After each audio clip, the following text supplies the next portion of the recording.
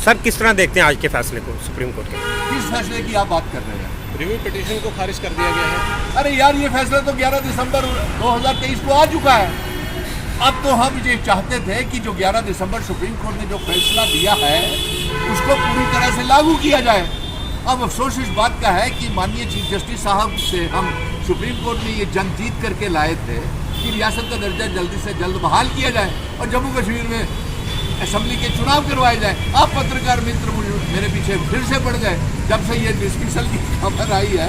ना जाने आप क्या जानना चाहते हैं, सुबह से लेकर शाम तक यही चाहते हैं, आप जानना चाहते हैं कि डिसमिस हो गया, जिसके ऊपर क्या रिएक्शन है।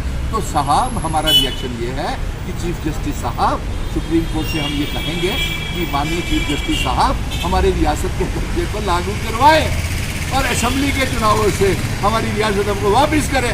बाकी रहा जो जानना आप चाहते हैं, हम ये आपको बता दें कि हमारी जंग अभी जारी रहेगी अपनी आइडेंटिटी, कल्चर, डेमोग्राफी, इतिहास को बचाने के लिए, अपने वजूद को बचाने के लिए। और उसमें हमारे जम्मू कश्मीर की आवाम जो है हमारा इस चुनावों में बढ़ चढ़ करके रिकॉर्ड वोटिंग करके हमारा साथ कर रही है और बढ़ चढ़ कर 5 अगस्त 2019 के फैसले को गलत करार दे रही है।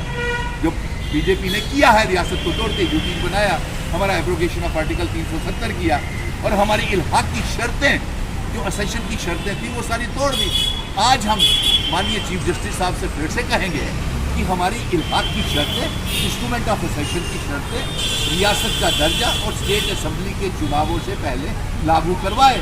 आप देखें कि आपने देखा कि बारामूला में रिकॉर्ड वोटिंग हुई, श्रीनगर में रिकॉर्ड वोटिंग हुई, जम्मू में रिकॉर्ड वोटिंग हुई, डोडा में, और लद्दाख के लोग भी नाराज हैं। और कल आप देखेंगे कि हमारे ये पुंछ राजौरी का दौरा भी मैं करके आया हूँ और पुंछ राजौरी, सोरनकोट, मेंढर और नौशहरा में जन सैलाब आया हुआ है।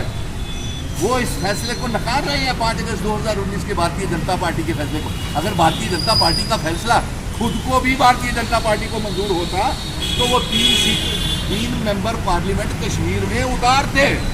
लेकिन अब तो हालात ऐसे बन गए हैं कि भारतीय जनता पार्टी, ऐसा महसूस हो रहा है कि जम्मू कश्मीर में तमाम पार्लियामेंट की सीटों के ऊपर क्लीन बोल्ड हो जाएगी और जिनको वो समर्थन कर रहे हैं, सज्जाद लोन, आज़ाद या बुखारी को, वो आज सबसे ज़्यादा खुश होंगे।